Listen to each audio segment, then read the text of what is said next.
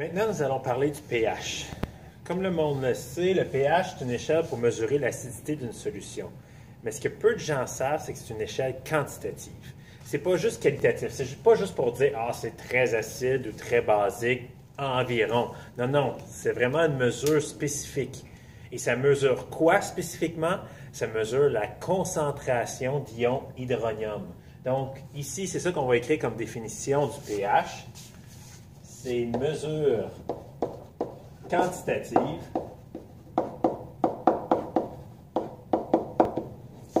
de la concentration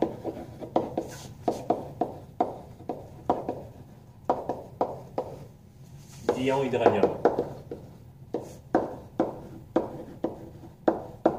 Donc, juste un rappel, l'ion hydronium, c'est parce qu'un proton en solution n'existera pas, c'est pas très stable, il va se joindre à une molécule d'eau pour former cette substance-là ici. Donc, dans le fond, c'est ça que ça mesure le pH.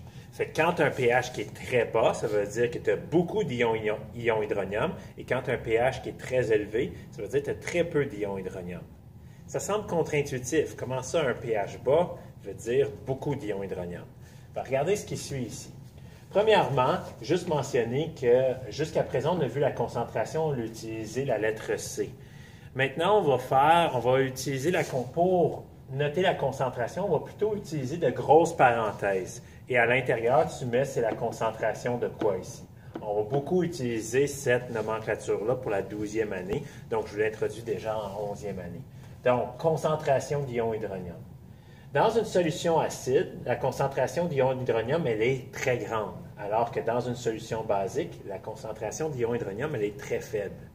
Et c'est là qu'on voit c'est quoi la mesure du pH. Ici, 1,0 fois 10 à la moins 3, ça veut dire qu'il y a 3 chiffres après la virgule. Alors que quand c'est basique, 1,0 fois 10 à la moins 12, ça veut dire que j'ai 12 chiffres après la virgule. Donc, clairement, on voit qu'on a plus d'ion hydronium dans la solution acide qu'on a d'ion hydronium dans la solution basique. Le pH de cette solution-là, ici, va être de 3, alors que le pH de cette solution ici va être de 12. Pourquoi? Qu'est-ce qu'on a regardé? En gros, ce qu'on a regardé, c'est l'exposant. L'exposant négatif ici. Ici, c'est 10 exposant moins 3, donc le pH va être de 3. Ici, l'exposant est 10 exposant moins 12, donc le pH va être de 12. Donc, dans le fond, quand on dit qu'une solution a un pH de 6, ça veut dire qu'il y a 6 chiffres après la virgule pour sa concentration. pH de 14, 14 chiffres après la virgule. Donc, c'est une concentration très, très faible d'ion hydronium. Généralement, l'échelle va s'étendre de 1 à 14. Et comme vous le savez, comme vous l'avez vu en 10e année, quand c'est égal à 7, on estime que c'est neutre. La seule substance qu'on pourrait dire qui est neutre, c'est de l'eau pure.